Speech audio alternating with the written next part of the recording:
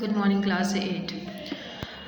We were reading energy resources, and today we will discuss about conventional and non-conventional energy resources. Conventional energy resources में आपका जो nature में से energy resources हम लोगों को मिलता है, जैसे वुड है, कोल है, petroleum, natural gas, mineral fuels, ये सब जो है कन्वेंशनल सोर्सेज ऑफ एनर्जी है।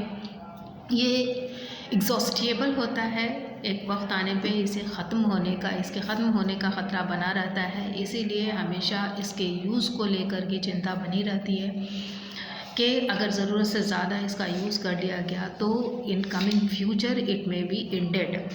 और नॉन कन्वेंशनल सोर्सेज जो है वो इनएग्जॉस्टेबल होता है। इसमें न्यूक्लियर एनर्जी है, सोलर एनर्जी है, आइटम एनर्जी, विंड एनर्जी,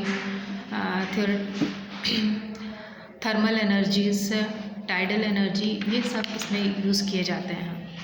जब आप पढ़िएगा तो समझ में आएगा, इसको पढ़ने के बाद आप देखेंगे कि मिनरल फ्यूल्स जो है वो हमें कहाँ से मिलता है, या फिर कोल जो है वो कैसे बनता है, कितने सालों तक ये ज़मीन के अंदर दबा रहने के बाद ही इसका use as a energy resources के रूप में किया जाता है।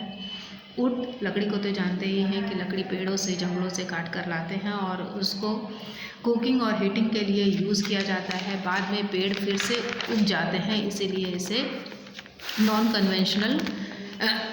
इसे कन्वेंशनल कहा जाता है। ये नॉन कन्वेंशनल नहीं है और रिन्यूएबल भी है, इसे रिन्यू किया जाता है। मतलब एक पेड़ अगर कटा है तो उसकी जगह पे 2-4 पेड़ आप लगा सकते हैं। But it may become scarce if we use up faster than it can be replenished by nature। अच्छा, नेचर में अगर हम लोग इसको तो बार बार इसको रिन्यू कर सकते हैं, लेकिन इसको रिन्यू होने में काफ़ी टाइम लगता है, जबकि इसको यूज़ करने के लिए नो टाइम लगता है। काटने में कोई वक्त नहीं लगता है और उसको पेड़ बनाने में काफ़ी समय लगता है, पेड़ उगाने में। तो would is not a clean fuel. अच्छा, उसके बाद पे जब इसको हम लोग जलाते हैं तो ये क्लीन फ्यूल नहीं है, क्योंकि इसके जलने के बाद एयर पॉल्यूशन होता है। अब मिनरल फ्यूल्स को ले लो। मिनरल फ्यूल्स में कोल, पेट्रोलियम, नेचुरल गैसेस आते हैं, जिसको फॉसिल्स फ्यूल भी कहा जाता है। अब इसको फॉसिल फ्यूल किस लिए कहा जाता है कि because they are derived from the remainings of plants and animal compared to wood. Fossil fuels have a higher heat generating capabilities per unit of weight, but they are non renewable। ये non renewable है। ये हज़ारों साल तक ज़मीन के अंदर में जब दबे रहते हैं प्लांट्स और एनिमल डेड्स, तब ये फॉसिल फ्यूल के रूप में हो जाते हैं। और लेकिन ये नॉन रिन्यूएबल है, वापस से बहुत सारे पेड़ों को और आदमी को काट करके अंदर नहीं डाला जा सकता है, जिससे वो फॉसिल फ्यूल के रूप में चेंज हो जाए। Are exhaustible as they are used beside as in the cases of wood burning fossil fuels causes air pollution। Fossil fuel जो है कम एयर पॉल्यूशन क्रिएट करता है, लेकिन ये ख़त्म होने वाला है, इसीलिए इसका भी इस्तेमाल बहुत ज़्यादा करने से पहले सोच लेना चाहिए। Coal was formed over million of years from remaining of a plant growing of marshes and the remaining sank underwater। यानी हज़ारों साल तक, मिलियन ऑफ ईयर्स तक, जब प्लांट्स एंड एनिमल डेड्स जब दबे रहते हैं सी बेड्स के अंदर, तब ये जो है कन्वर्ट हो जाते हैं कोल के रूप में। The action of bacteria in the lower oxygen under water environment increases the amount of free carbon in them. उसमें बहुत सारा फ्री कार्बन हो जाता है। As earth movement buries the remain deeper underground and they were subjected to increase heat and pressure. और हज़ारों साल तक अंदर रहने की वजह से इसमें हीट और प्रेशर क्रिएट करने की पोटेंशियलिटी आ जाती है। And these ultimate turns them into coal, और यही उनको एक काला कार्बन यानी कोयला बना देता है। इन सभी के अलावा पेट्रोलियम एंड नेचुरल गैस है। पेट्रोलियम और नेचुरल गैस भी जो है वो ज़मीन के अंदर से ही निकाला जाता है। Was a form from the remainings of the simple marine organism.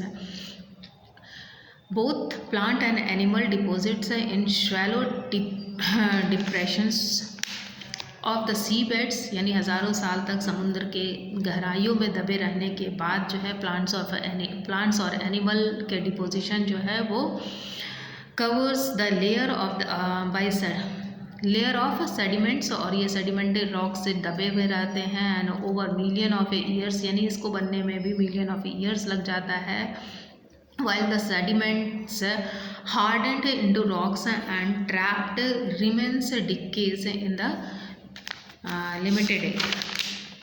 the limited supply of oxygen, and this liquefied into petroleum by the actions of bacteria. यानी समुद्र के अंदर दबे रहने, हज़ारों साल तक दबे रहने के बाद बैक्टीरियाज वगैरह जो है ऑक्सीजन कम मिलने की वजह से एक रिएक्शंस होता है और उसमें हीट एंड प्रेशर जनरेट करने की कैपेसिटी डेवलप कर देता है और ये एक लिक्विड फॉर्म में ज़मीन के अंदर से निकाला जाता है. Petroleum move through pores in rocks के पोर्स से निकाला जाता है and this collected in the depressions below layers of impermeables, यानी नॉन पोरस रॉक.